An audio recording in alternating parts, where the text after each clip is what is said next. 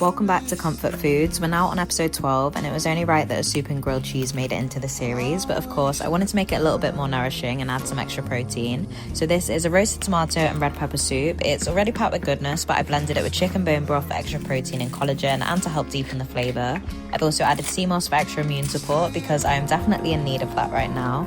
The toastie is pesto chicken and mozzarella, which pairs so perfectly with this soup.